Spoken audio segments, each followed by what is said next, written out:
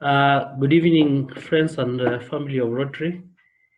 It's a very, very beautiful evening this day to see you here, all looking safe and sound. Well, if I can see your face, Mike, and other people. I'm trying to sort that out. Try to sort out your face. I don't know why my camera is. All right, good, good going. So thank you very, very much, everyone, for finding the time and occasion to fellowship with us on yet another Wednesday evening. Today promises to be a very, very exciting evening. Our speaker today wowed me. I listened to her. She has a lot of depth of knowledge in her area. And I immediately reached out to her, and she graciously accepted to be with us today. So before we start that, let's have the national anthem just where you are. If possible, please put your camera on so that we can start off together. All right. So here you go, the national anthem.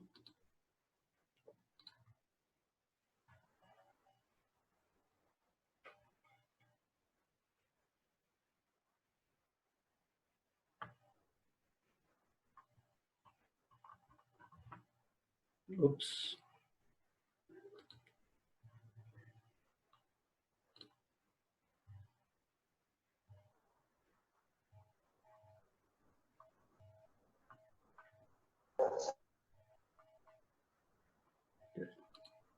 Just a minute. Let me sort out my audio as well, Rashim.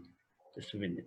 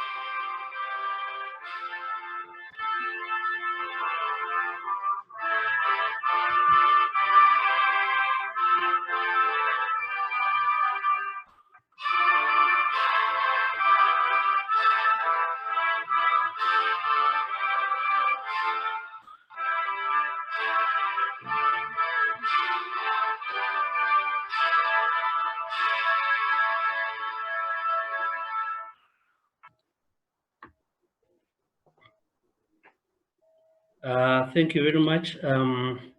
At this juncture, I would like to invite Rotarian Mike Riongo to lead us with the four-way test. Can you hear me? Yes, please. Okay, thank you very much. Sorry, my camera has refused to pop out. I'm here just to lead in the four-way test. Of the things we think, say, or do, is it the truth? Is it fair to all concerned? Will it build goodwill and better friendships? Will it be beneficial to all concerned? Thank you very much, Mike. Mike had promised to sing it instead of reciting it. His voice got stuck at D flat or something like that. We will give him a few more tutorials in the coming week so that he can do much better. Thanks for the compliment. Right away, let me call upon Rashid Wangi to lead us with the Rotary Grace. Thank you. The Rotary Grace. O God and giver of all good, we thank thee for our daily food. May Rotary friends and Rotary ways help us to serve thee all of our days. Thank you very much, Rashid. I would now like to propose a toast to the President of the Republic of Kenya. To the President. To the President. Do we have any announcements before we kick off?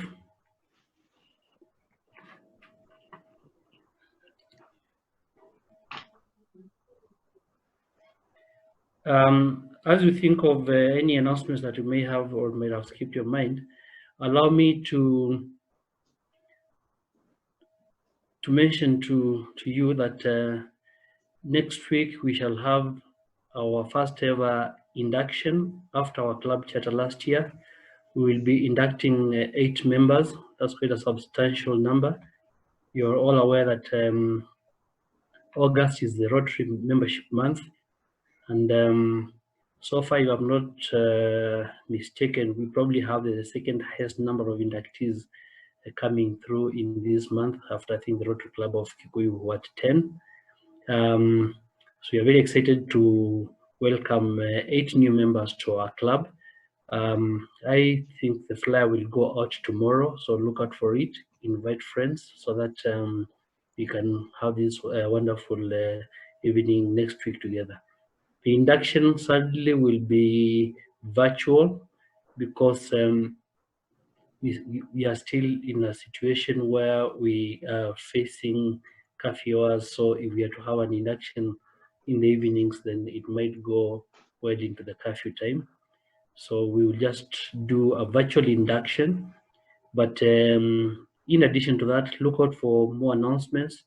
We will invite our inductees for a Nyama Choma probably that Saturday if the time is if the restrictions are lifted.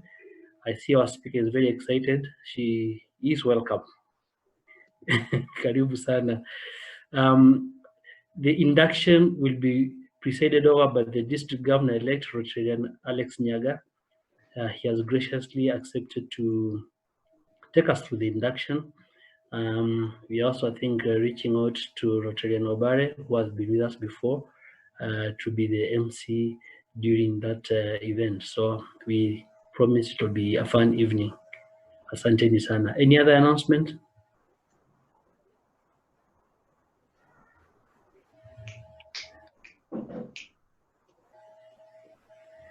Okay, I don't see any other announcement coming through.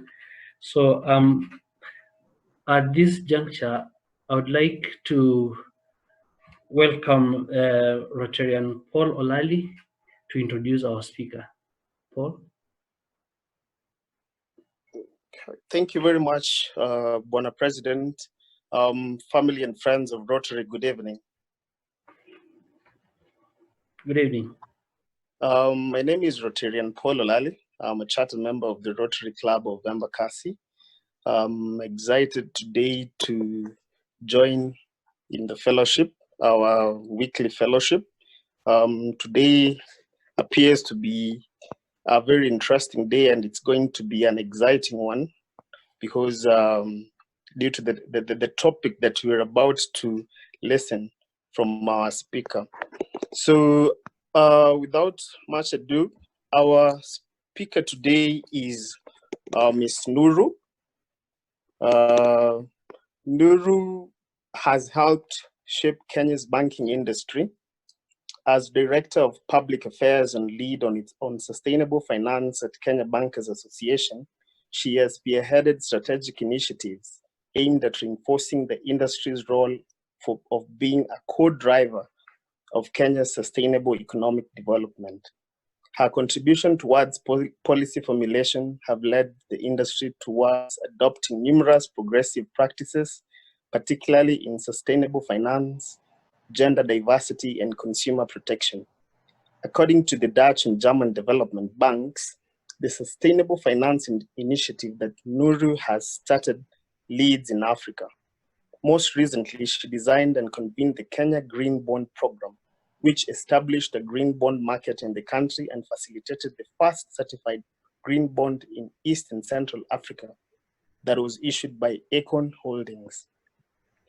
Nuru has designed the industry's Inuka SME capacity building program, which has supported more than 3,000 entrepreneurs.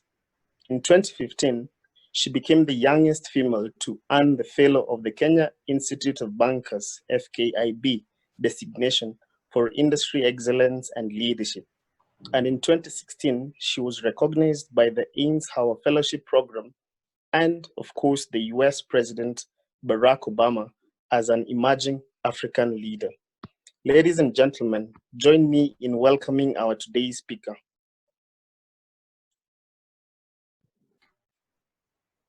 Thank you. Welcome, Nuru. Hi, welcome. I'm going to multitask because I'm still seeing people entering the room. So I hope I won't leave anybody in the lobby as I'm presenting. But I'll try my best to multitask here. Allow me to share my screen.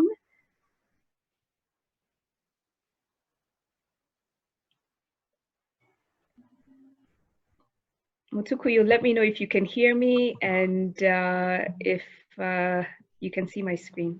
Perfect. We can hear you clearly. Okay. And for multitasking, you just earn yourself a free entry to our Nyamachoma. I'll talk about meat in a little bit, and I think Mutuku knows the slide where I'm going to be talking about meat. I'm very happy to be here. It's a pleasure. Thank you to Mutuku for the invitation, and at least I know some of your members. I can see Juliana from KWFP, so I'm happy to be in familiar company. I'm going to cover the topic of green finance and sustainable development. You'll excuse me once in a while, I'll have to clear my nose. It's not COVID. I just have been having a bit of a flu for a while. So let me just jump right into it. I'm not sure how many of you have been to Lamu, and if you've walked the streets of Lamu Old Town. I had the pleasure of being to Lamu last year for the first time.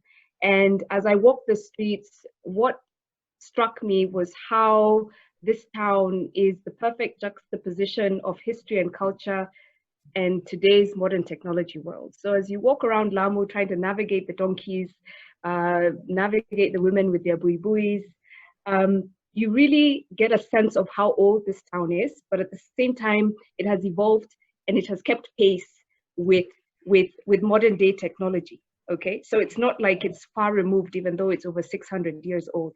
And indeed, that's kind of how the financial services sector is. The financial services sector has been around for over 4,000 years. It first started as an informal system that facilitated trade, but over the centuries, it has evolved, and it has evolved in step with market trends and cultural practices and how we interact and engage as citizens. So really the core role of the financial services system, and Juliana knows this very well, 4 key roles, and it has been the same over the centuries, even though the practice is what has evolved. But originally, banking started the financial services sector. There are several subsectors in financial services. So there's banking, there's insurance, there's fund management, pension. It's a spectrum. But banking kickstarted the sector. And over time, banking moved from facilitating trade through the exchange of value. And back in the day, value was salt, value was cowrie shells, value was spices, as we know from the Middle East trade routes. And over time, currency became the value and how we store value and how we trade. And originally, that's how banking systems worked. It was facilitating the movement of value so people can trade with each other. So over time, it became our payment system. And in the future, of course, we know that value is going to be moving in a digital space. That's why you're seeing things like Bitcoin and cryptocurrencies coming to force. It's just the continuation of the centuries practice of please move this window away from the shared application. I don't know what that means.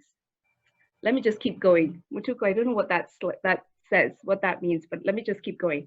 So payments, facilitating payments and movement of value is what the banking system originally started as, and it continues to do that, including in the digital space. Second role is intermediation. It's just a fancy word of saying creating value for savers. So savers bring their value, their assets, money into the banking system. Banks use that capital and lend it to borrowers. And that is the process of intermediation. So facilitating savings into investment to create more value for the savers while facilitating development. Systemic risk management. Now, this is a practice that has evolved over time, but it is one of the core differentiating factors of the banking system and some of the more recent financial systems that we are seeing. So banks really have that unique comparative advantage when it comes to systemic risk management. knowing how to allocate assets and to allocate it in the most efficient way. And then finally, wealth creation. So ideally, banks are not supposed to exist purely to make profit. It's supposed to be the banking system, financial services system, including the capital markets, is supposed to facilitate wealth creation and hence sustainable economic development. So we know, please move this window away. I don't know what that Sorry. means. Please move this window away from. Just minimize your screen first to see whether maybe it's getting interfered with people who want to log in. Oh, okay. I think maybe that's it, right? Just check that. Can you see that? Sorry, let me see. Okay.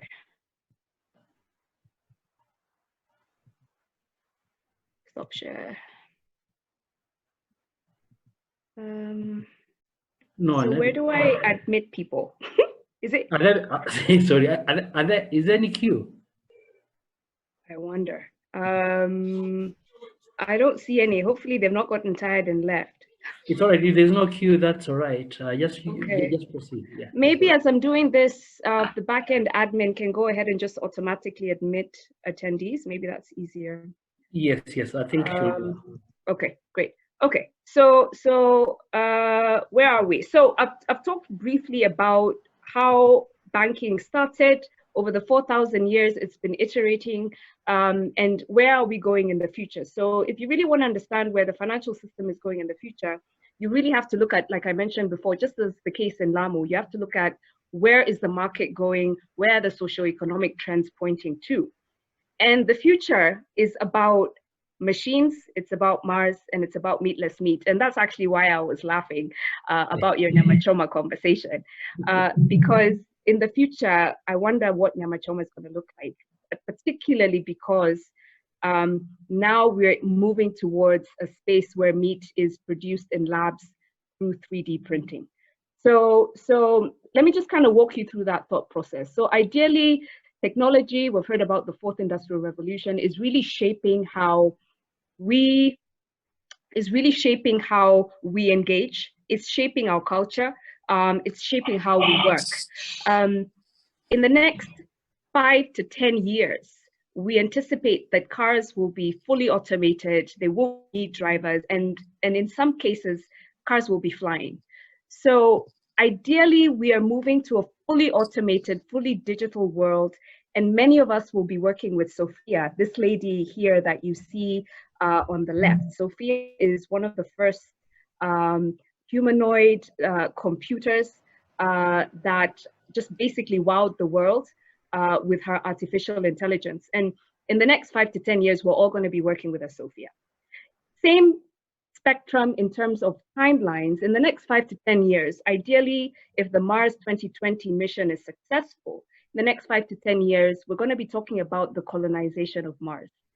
The reason why the whole Mars conversation is really interesting is because centuries ago, probably when banking was starting, centuries ago, Mars actually had water, it had lakes, it had rivers, and all those lakes and rivers dried up. So scientists are trying to figure out what happened to Mars that made it dry up. Does that ring a bell? If you think about where we're going in terms of water scarcity and the effects of climate change, you realize that probably the future of Earth could be Mars, physically. So therefore, the whole conversation around Mars is really interesting because it not only will push the boundaries of technology, but it will also push the boundaries in terms of what our mindset is when it comes to living, when it comes to trading. There are professors at Stanford right now who are looking at what is the currency going to be like between Earth and Mars. How do I admit everybody? Let's see, let me just admit him. What is the currency going to be between Earth and Mars? What is going to be the protocol? What is trade going to be like? What is going to be the official language on the planet? So all these socioeconomic conversations are happening around this Mars conversation, and it's important to pay attention to them because they will be a pointer to what happens here on Earth. And then finally, the point I mentioned before about meatless meat. Meat is an interesting conversation directly tied towards climate change. When you look at the carbon footprint of farms, particularly dairy and beef focused production farms, you realize that it is not sustainable for us to continue producing meat the way we do. The carbon emissions are too high, and it's highly inefficient. So therefore, the idea around get used to the fact that in the future you're not going to be eating the meat, that the nyama choma, the nyama choma that you all know and enjoy, it's going to be probably a different concept. Ideally, it should taste the same, but how it's produced is going to be very different. And it's all because of technology, and it's all because of climate change. Now, Kofi Annan talked about the fact that climate change is the most emblematic challenge that this age is facing. He also, in many other conversations, talked about how climate change is the biggest risk that we face as a society, as a global community, but more so as Africans. And the reason why climate change is such a pervasive issue is because it directly affects our GDP, our gross domestic product. Statistics indicate that climate change can reduce GDP growth by as much as 2.6%. Because of climate change, you anticipate food inflation, which will further impact on GDP by as much as 4.4% reduced. At the same time, we find that it will increase the cost of our debt as states. And because of that, you find that rating agencies will say that, you know what, Kenya is not climate change resilient. They have not adapted or mitigated this issue of climate change. Therefore, we don't think that we can allocate capital to Kenya or lend Kenya for a longer horizon, like 10-year, 20-year, 30-year money. So countries might say, listen, because Kenya is not climate change resilient, we're going to increase their interest rate and lower their tenure. And what that means is, to you and me as taxpayers, it increases our debt burden well into the next generation. And then finally, as we're seeing because of COVID, social preparedness is an evolving and critical issue that we really need to think about, which also touches on GDP. I'm sure you've been seeing banks, companies issuing profit warnings. We've been seeing, obviously, the SME sector is really struggling in terms of, and I'm sure yourselves as well, we're all feeling the effect of COVID. Social preparedness around climate change will reduce GDP by a further 0.6%. What that all adds up to is an 8% reduction in GDP growth, an 8% reduction in how our economies grow just because of climate change. Now, COVID alone has already reduced GDPs by about 4.5%. So can you imagine the impact that we are facing, as an economy, as communities, as society because of COVID, the way we're feeling because of COVID, double that because of climate change. And that's the future we're expecting if we're not able to adapt and mitigate climate change. So I wanted to ask a quick question. Actually, before I get to the slide, I wanted you to stop and think about our country. And do you think our country and the way we are structured as an economy, do you think Kenya is sustainable? And you're welcome to pop it in the chat window here.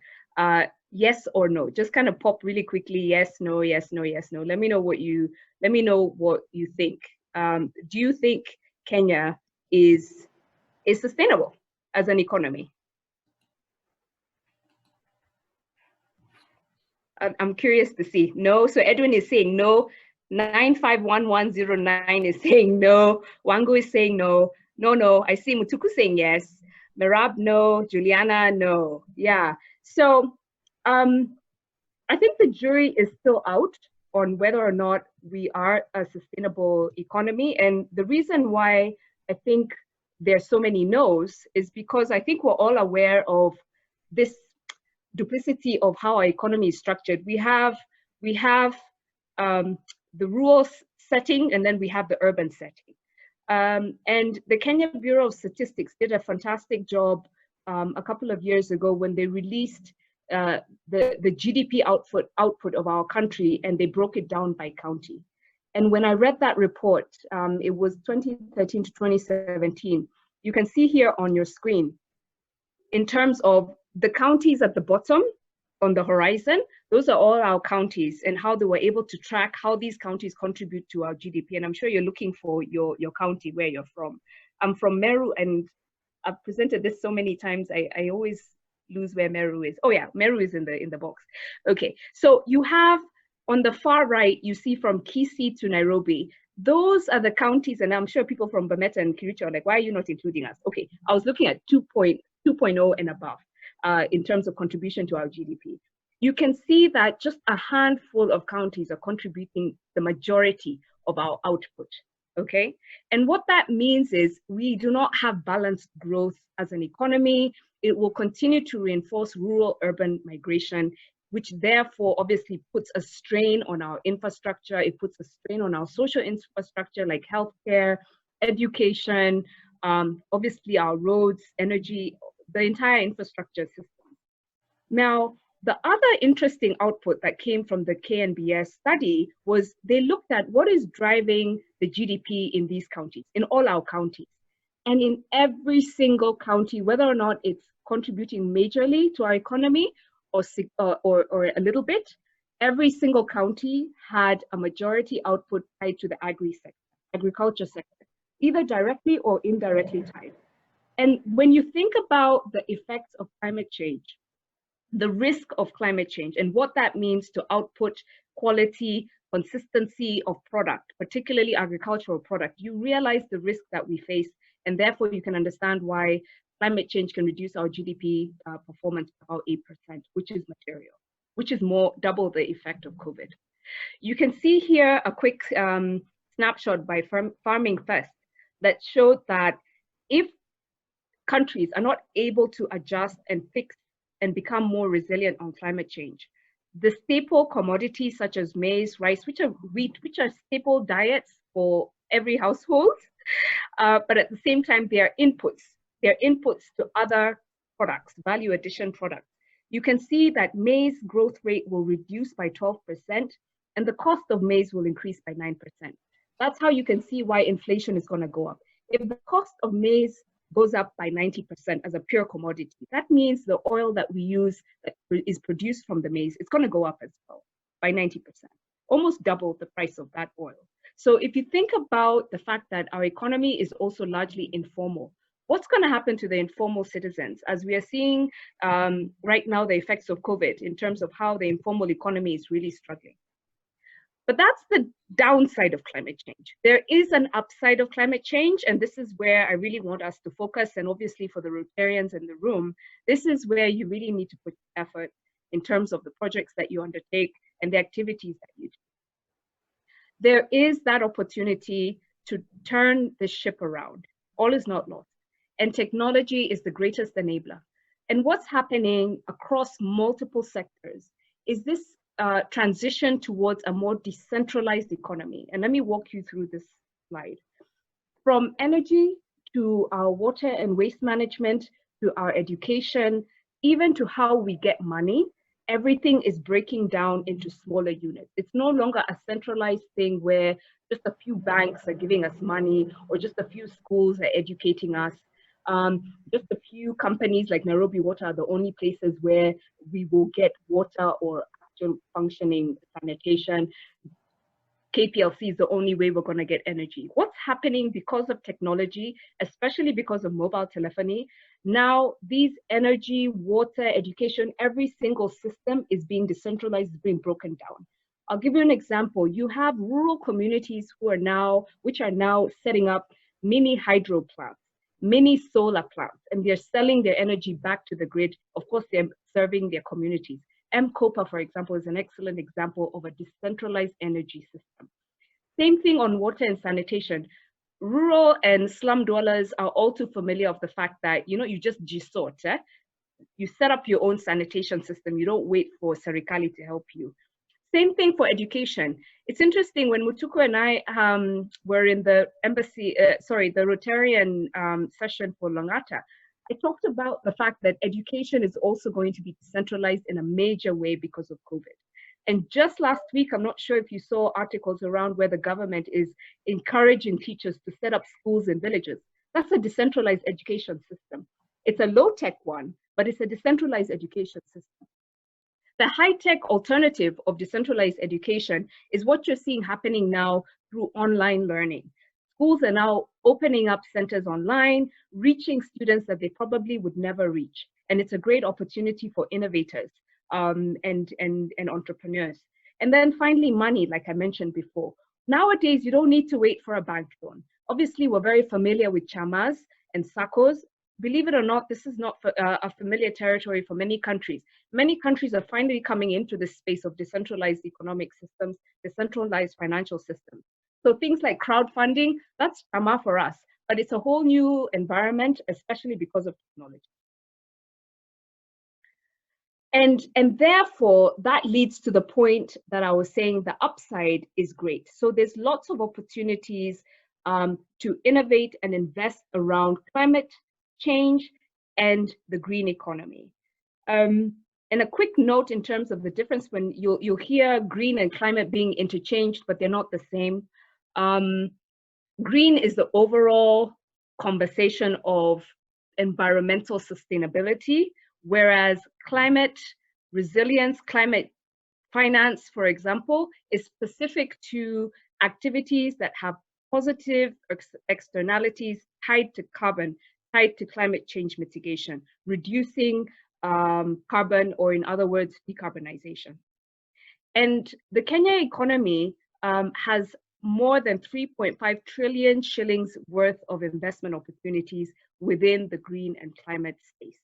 That means all systems, education, health, agriculture, buildings. Just, I think it was at the beginning of this month, PS Hinga announced that the government will now be requiring all affordable housing to be green building certified. That's a huge signal from the national government about transitioning our building infrastructure system towards green. Now, the blue economy is another conversation, but to me, blue is the same thing as green, because to me, green is about sustainability. But the blue economy now just touches on, if you've heard about it, blue economy now really just touches on the oceans, the lakes, and underwater opportunities. So talking about how do you manage your water resource, how do you manage fisheries. I'm sure many of you have heard of this conversation about the tragedy of the commons, the fact that no one owns fish. Fish is a public good, it's available to everybody, but the fact is, as we keep fishing our fish and we're not replenishing the stock, we're actually cannibalizing our future opportunities. So that's the whole conversation about the blue economy. Kenya Bankers Association, where I work, did some work around trying to quantify the demand for green finance. And it's a very interesting report. If you're interested, if you're an entrepreneur looking for business opportunities, just kind of Google green financing demand, green bonds program, WWF, and you'll find these reports. And we were able to break down and even itemize examples of green activities within agriculture, manufacturing, and transportation. So within transportation, I'm sure you've seen even in Ethiopia, they're now assembling electric vehicles. Kenya is talking about installing at a mass scale electric car charging stations. You might be, when you think about that, you're like, but who is driving an electric car? Trust me, in the next 5 to 10 years, electric cars will be the norm. There are banks, for example, in Europe that have now completely moved away from financing combustion engine vehicles. They're now only purely financing green cars. So when you start seeing these signals, you realize as an entrepreneur and as an innovator, these are opportunities for you to innovate. The green bond that was issued by Acorn, hopefully you've heard about it. I think it was just a wonderful moment for the country. We were able to make history as a country to raise the first certified green bond in East and Central Africa. Basically, a green bond is like a regular bond. You know, you hear about the government issuing a T-bill or a bond. So it's basically debt that's issued by an institution towards raising capital for certain projects. So Acorn raised a green bond for purpose-built green student housing. And the bond made quite a number of firsts.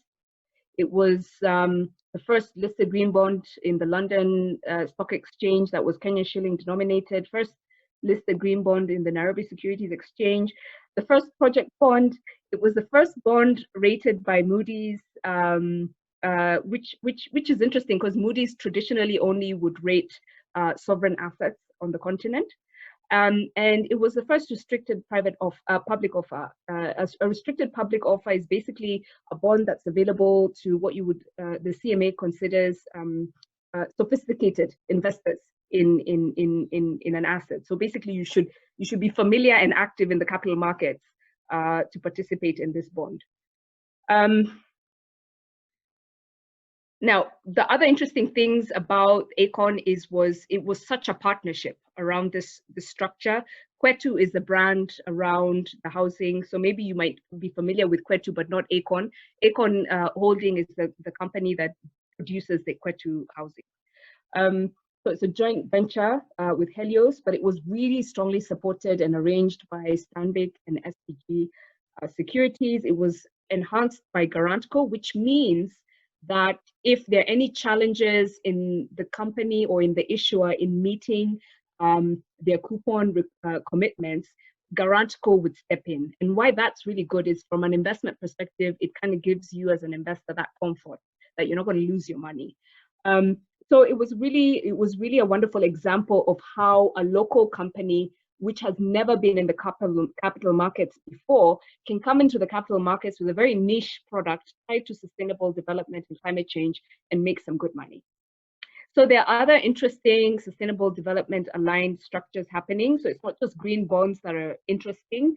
There's a conversation around blended finance, and blended finance is basically money that, imagine a kikapu, and then you put different types of things inside. So blended finance is you put in money from the government, you put in money from high net worth individuals, you put in money from foundations or from the Rotary, you put in money from sovereign wealth funds or Bill and Melinda Gates Foundation, whatever, and you put it all in a basket and you allocate that money to a project. That's what blended finance is. It's not just a one-way highway, it's just lots of different sources of capital coming together to create impact. Social impact bonds are also coming up. Lots of debate around the effectiveness of them, but I think because of COVID, you're going to see more activity in social impact bonds. A social impact bond is like a bond, but you basically pay for performance. So ideally, it's supposed to incentivize the public sector to effectively allocate their capital, be more transparent, and really just kind of get away from the corruption anchor that lots of governments are facing. Gender bonds is another area that's coming up, and when I talk about gender bonds, I mean the female gender mostly. So looking at how to invest in the women economy as a way to drive sustainable economic development. I'm sure the men in the room are like, okay, where are the men bonds? Why are you talking about women bonds? Well, when you look at really the gender conversation, you can see the ripple effect, and it's been demonstrated. When you invest, for example, in the women economy, you're directly impacting on the informal economy, particularly in the area of trade and agriculture, for example, where women make up the majority of content. So that's why gender bonds are coming up. And then sustainable development bonds or SDG bonds. So basically bonds that are tied to the sustainable development goals. So those are some of the sustainability structures that are coming up, tied towards really ensuring sustainable economic development, but broadly also addressing this issue of climate change. So remember, I've taken you on a journey from Lamu, the streets of Lamu, this 650-year-old town where donkeys have always been the mode of transportation. But at the same time, within Lamu, you will find people transacting and talking about Bitcoin. So it's that juxtaposition of history and the future. And the financial sector is just like Lamu, responding to the evolving dynamics. And we've talked about Mars, machines, and meatless meat. And finance is responding to these technologically driven changes in our environment. And therefore, that's why you're seeing a lot of these structures, these financing structures are coming to the fore. Now, coming back to COVID, you see that COVID has really, I don't need to tell you, COVID has really impacted on our economies, and I won't spend too much time on this slide. But basically, when you look at our currency, of course, you've seen that our currency has weakened to the US dollar, and that's not only unique to Kenya. Most countries have seen that from January to date, I just plugged in the base currency, that our money is weakening further. We're now at 108.55 to the dollar. The same experience in Nigeria, even though Nigeria, it's a little bit firmer. It's not that much of a swing. Same experience in South Africa. And really, these are really key concerns, particularly when you think about debt sustainability. From the demand side, you know, as borrowers, that there are challenges for you in terms of restricted trade, especially when we first were told, you know, just stay home and quarantine and all this. So of course, there's restricted trade. Costs are going up because of lack of availability. Many of us maybe were reliant on China as an input. And of course, our debt obligations as households are increasing because we're supporting ourselves as well as probably relatives as well and neighbors. On the supply side, that's the financial sector. It has also been a concern. You can see that banks alone have restructured 844 billion shillings worth of loans. That's loans to individuals and loans to companies and SMEs. And that is a jump. It's more than a double jump from the 360 billion that was restructured just a month ago. So that is an indicator of the fact that lots of businesses and households are really struggling because of COVID. Of course, loans are going into default, which all creates liquidity constraints and higher cost of capital. This is just a quick slide that just kind of shows you that the sectors that are really being affected are agriculture, manufacturing, and trade. The reason why I want to show you this, and these are sectors being affected by COVID. The reason why I wanted to show you this is to bring you back to, remember the KNBS study that talked about what is driving output and development in the counties? It's agriculture, manufacturing, and trade. So when you see COVID creating issues in these subsectors of our economy, you realize that we have yet to see the full impact. But I still see the upside, and I call this upside the COVID kairos. I'm not sure how many of you are familiar with the word kairos. Kairos just means a window of opportunity. It's a Greek term, it's in the Bible. It just talks about an opportune moment and a window of opportunity. And I think what I want you all to take away from this presentation is there is a COVID kairos. There is a window of opportunity, particularly when you think about the move towards decentralized systems. The fourth industrial revolution is being accelerated by COVID. Boston Consulting Group did a survey here in Kenya, and they found that 78% of the people they talked to are not going to go backwards. Because of this digital environment, they're fully adopting and embracing digitization in their business and how they work and how they live. And what that means is people who want to innovate around climate change and sustainable development, leveraging on the digital economy, they're very, very well placed to do that because the market is going to accept these products and services. So this is my last slide, and it's my final thought that, again, let's think about the opportunity here. What is the opportunity for traders and small businesses to be built, to be capacity built to operate in the digital economy? We have moved to the digital first business model. We are not going backwards. What is the opportunity for us to really look at this problem of the informal economy? Our country and most African countries are anchored by the informal economy, but I think we've all seen it's such an expensive thing to have a huge informal economy, because when it comes to domestic capital mobilization, the government is not able to raise taxes from an informal economy. So we really need to transition a critical mass from informal to the informal economy. We still need to address issues around corruption, because corruption is really affecting the social contract between us and the government. That's why people are not tax compliant, because they don't trust the government is going to do the right thing with their money. So we really need to look at how, through open government, we've heard about blockchain systems in government, for example. How do we use technology to open up government, increase transparency, to rebuild social contract? We can get people the formal economy. Gender, I'm a gender advocate. It's a great opportunity for those of us in the gender space and really look at interventions that the government is putting in place because of COVID. Is there that additionality because you're investing in the economy? We've been talking about it anecdotally. Is it true? So this is that opportunity to really understand that. And then finally, like I mentioned before, climate change is the biggest risk we face. It's not COVID. The biggest risk we still face for the future of our economy. Thank you. Thank you very much, Nuru. I think, guys, wherever you are, you can do this. I think Thank you. it's the only way of clapping without. You can clap like this. If you can't speak, you clap like that. Yeah, I think so. Yeah, that's how you do it. Thank you. I will allow a few questions from members, but just before I do that, I'll just have to take away from myself. Until you can put ribs on soya, I am not taking non-meat. So it's actually quite crazy to see that meat being produced. It's really crazy. They actually can they print the meat and the veins and the fat and everything, so you can get the real experience. Imagine. If you can get the bone there, let's see how that works. I don't think they're bones, no.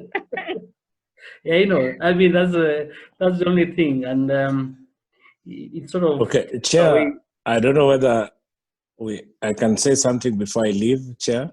Yes, please proceed, Paul. Okay. First and foremost, I think mine is I have only 2 points. One is to express my sincere gratitude to the presenter. I think I've seen many light bulb moments going through my mind. I think our presentation could never come at a better time for anyone looking at doing some paradigm shift. And I think whatever was hustling in my mind, I think she's really pinpointed it in a great way. And also made climate change a very boring subject in some places, a very lively discussion. So thank you very much. The second part is, I think you need to come back and we need to discuss this green bonds a little bit better, because a lot of the Rotarians are really MSMEs, and I think we need to have this conversation targeting how SMEs can now move to places where Econ is, but maybe in a smaller scale. And given that you're working with Kenya bankers, bankers are averse to risk. So we need to figure out another way. And as you correctly say that this COVID has given us an opportunity, this is the time. Thank you very much. Thank you very much, Paul. Do we have any observation, any question? Please go ahead, Daniel. Good evening, Rotarians and guests. Nuru, thank you very much for a wonderful presentation.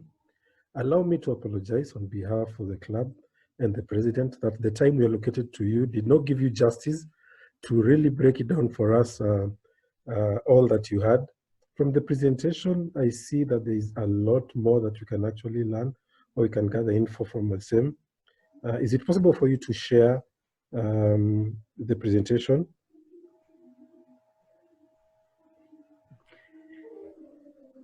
I think I'll answer that. She already shared it in advance of this meeting. I did not want to dilute her very good effort by sharing it ahead of the meeting. So right after this, we will share the slides to the group. All right, good enough. Yeah. Thank you very much, and please come again. Thank you. All right. Thank you, Daniel. Let me just see, try to see whether there are any. Nuru, I see everybody calling you, telling you to come back, and I'm not seeing any questions. Do you have any more questions, guys?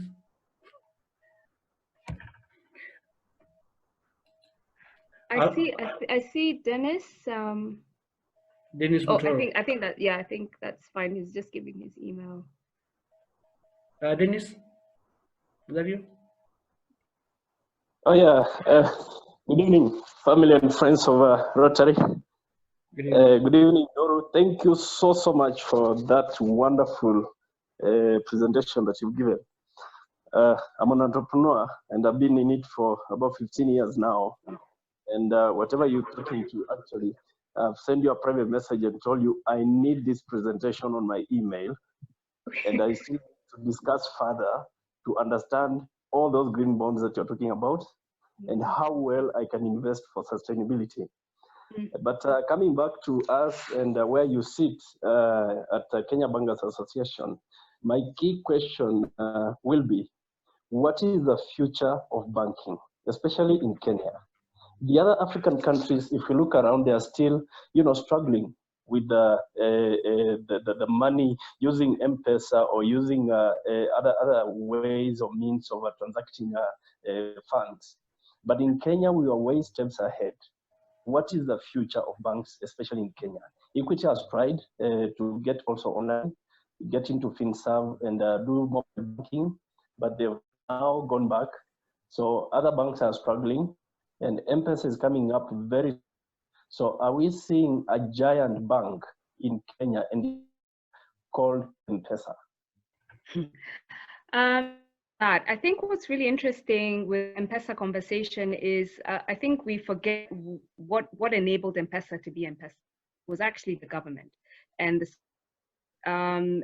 then governor, Professor Dongo. What he did was created the environment for Vodafone to innovate. And this product was actually supposed to be, a sustainability product. It was a CSR project that was commercialized. And to me, that's the more interesting thing about M-Pesa's story. The fact that you can take a socially skewed idea and make it commercial. And that's the whole conversation and the whole presentation I've given you about the opportunities within the green and climate change economy. How do you create those products and services that meet a need, but then you can scale up because of the indicators that government is pointing towards transitioning, not only local government, but just globally transitioning towards a more highly efficient economy. So in terms of this idea of a super bank, I don't think we will have super banks. I think the global financial crisis was the end of super banks because of this idea of too big to fail. You cannot have a few banks or financial institutions or institutions in general really commanding the entire economy. There are big risks there, even though it's very good in efficiency, there are just very big risks there because ultimately private enterprises exist to maximize profit. Yeah. So I think what you're seeing in terms of in the M-Pesa numbers, what we don't realize is M-Pesa has integrated completely in the financial system. So every bank works with M-Pesa. So every one of you who has a bank account has a M-Pesa account and you move your money between the two. When it comes to commercial entities, SMEs, businesses, not the smaller traders, but the bigger businesses, because of the systemic risk M-Pesa has, they have to place their deposits in banks. So as much as M-Pesa is the front, the back end infrastructure is actually still the banking system. And I think a lot of fintechs you'll find will partner with a banking institution or an insurance institution to advance their products and services. So you're going to see not like a convergence, but you will see more democratization in the process of the financial system. You're going to find more collaborations. You're going to find the future is about collaboration. It's about partnerships. You've seen like Mshwari it's a CBA, now NCBA and M-Pesa partnership. There's Stawi, which is a partnership of 4 banks. So you're going to see more partnerships happening in the banking and financial system. I think we need to be proud of our financial system as a country because, first of all, banks in Kenya lend more to SMEs than any other country on the continent. Okay, so there are things that we do, I think, as Kenyans that we really don't give ourselves enough credit. So our banking system is probably the most stable in the region. It's the most innovative. We have more banks going out of Kenya to set up offices, including Equity Bank and KCB and all these, more than 13, 14 banks from Kenya have gone out. So we have more banks coming out of Kenya into the continent than you have coming into the country. So that tells you that we are a very innovative financial hub for the region. So I would not be too worried what you're saying in terms of the consolidation and you'll have one big bank and the bank will be called M-Pesa. I'm not worried about that, because I think we're seeing lots of innovation happening, particularly around democratized, decentralized systems. So that's kind of what I would say. And I think because of COVID, remember the slide I showed you where it said 78% of individuals in Kenya are now moving towards digital banking. Because of this shift in mindset towards digital economy, you're going to see more fintechs, you're going to see more collaborations between banks and fintech, banks and insurance. Like MTBA, for example, is a healthcare mobile-based product between Safaricom and private investors. You're going to see more, even Equity Bank has come out with a healthcare product. You're going to see more of that happening. More partnerships, more collaboration between digital financial services and your traditional financial services. And it'll just keep evolving. Okay, thank you very much. I see Rashid, your hand is up. Mike is saying we need you to jump over to marketing. Me, I've moved from marketing, but I've not done marketing in over 10 years, over a decade, brother. But we still need you back. We still need you back. Although do you know I studied marketing in undergrad, and I've not done marketing. Actually, pure marketing in terms of, okay, the last marketing project I did was Pesselink. So I came up with the brand and the whole proposition around Pesselink. But that's and that was just Trizex, because the last time I talked about marketing was in class in my undergrad when I was 19 years old, and now I'm in my 40s. So marketing is not my space. I wouldn't know what to do. You're a marketer inside. It's so evident it hurts. No, I wouldn't know what to do with marketing, man. I wouldn't. You guys are the innovators now. I'm still stuck at that meat story. Oh. Well, okay. Why would you want to have meat? I've traumatized you, eh? Completely. There will be no cows walking around. Are you trying to say that? Yeah. Well, they'll be walking around, but they might be pets. That is not sustainable at all. Yeah. But brilliant presentation, Nuru, as it was really, really informative.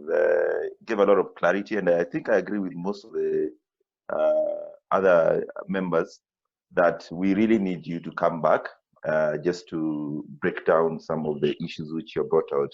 Again, this is not something which is easily conceptualized and understood. So if you can come back again, we'd really, really appreciate it. Thanks. I think my slides are going to be shared with you. Google is your friend. Yes. So if any of the points really resonated, just kind of Google. There's so many podcasts that touch on all these different concepts. I think the point about Mars is one we all need to be aware of, because this is the future that our children will be experiencing. So yeah, let's familiarize ourselves with what's going on in the galaxy. Okay, then just one last question, since we're now in discussion. The issue you brought about sustainability, the question you asked about sustainability in Kenya, and everyone was saying no. What are your views? I think yes and no. I think our government has really done a really good job in putting together the policies, but I think as Kenyans, we all say we're great at policy making. Let's do the implementation. I do think this COVID situation, again, back to my idea of the COVID kairos, COVID has shocked the public system.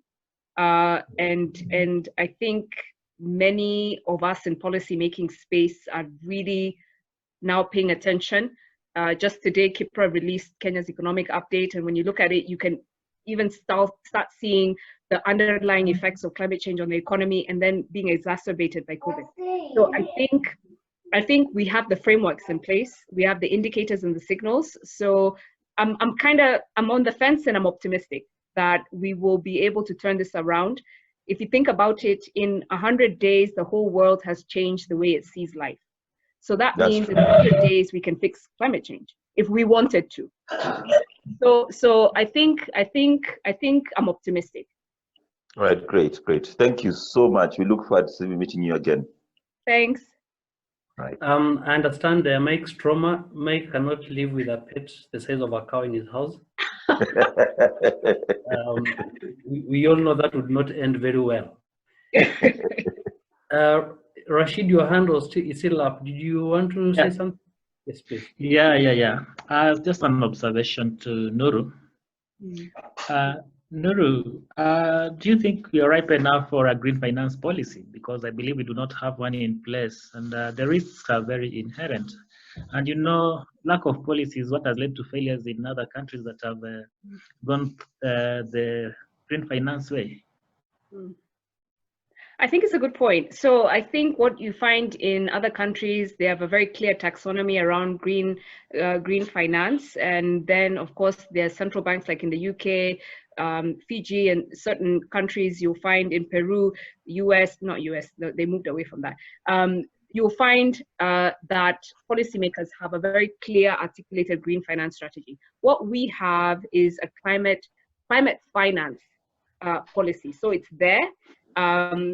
We just need the government to really start implementing the policies within that framework of the climate finance policy, including setting up a climate finance fund. The closest we've gotten to green finance policy is the withholding tax exemption that the Green Bonds program was able to lobby for, that was introduced last year. In November, that now says if you are an issuer of green bonds, your investors don't have to pay withholding tax. So that's the closest that we have gotten. It's the beginning. It just happened in November. So hopefully this is the indication of more policies coming to the fore. But you're right, we don't have a really singular overall green finance policy as a country. Not that I'm aware of. Thank you very much. In the green bond space, yeah. Before we wind up, do we have any other questions? I'd like to take the last one myself. Okay, yeah. You probably already touched on that in your last answer, but we probably would like to see a lot more government effort, or a lot more effort also from, say, KBA, from the stock markets, in terms of sharing the kind of information with regard to green bonds out there, so that, because there are a lot of investors, there's a lot of money that really just does not get channeled in the right way. Personally, I'm very happy to see Akon, Mr. Kilave. He's done a fantastic job right from the really time. He's very, very courageous.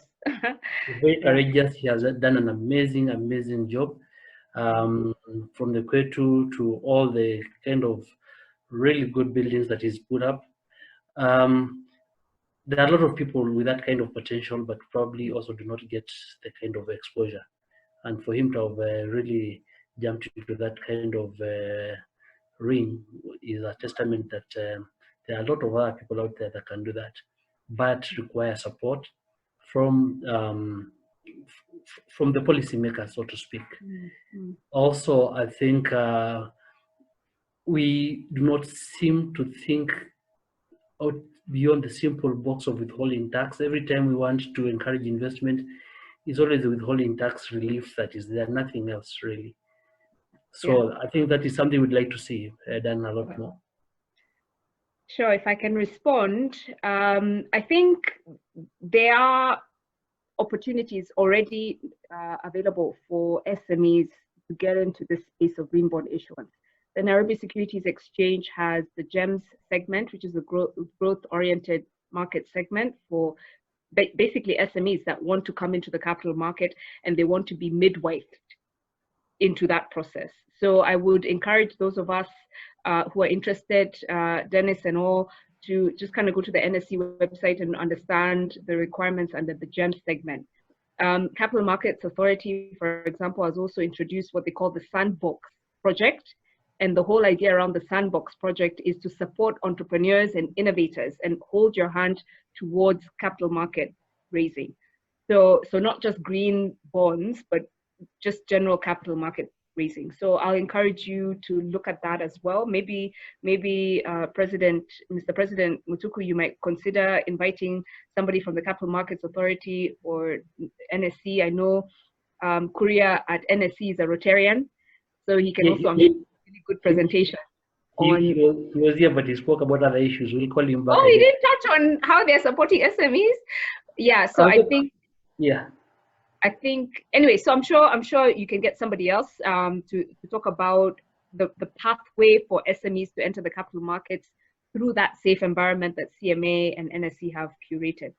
I agree with you. Withholding tax is not a panacea. It's not a silver bullet, but it's one of the incentives. Other incentives are the signaling, and that's why I mentioned, for example, when PS Hinga said all affordable houses need to be green certified. That's a signal which incentivizes private sectors to start thinking about green building, for example. So there are different ways, there are different types of incentive. It's just that the tax one is the one that's quantifiable. It's quantifiable and you can hold it and you can point to it.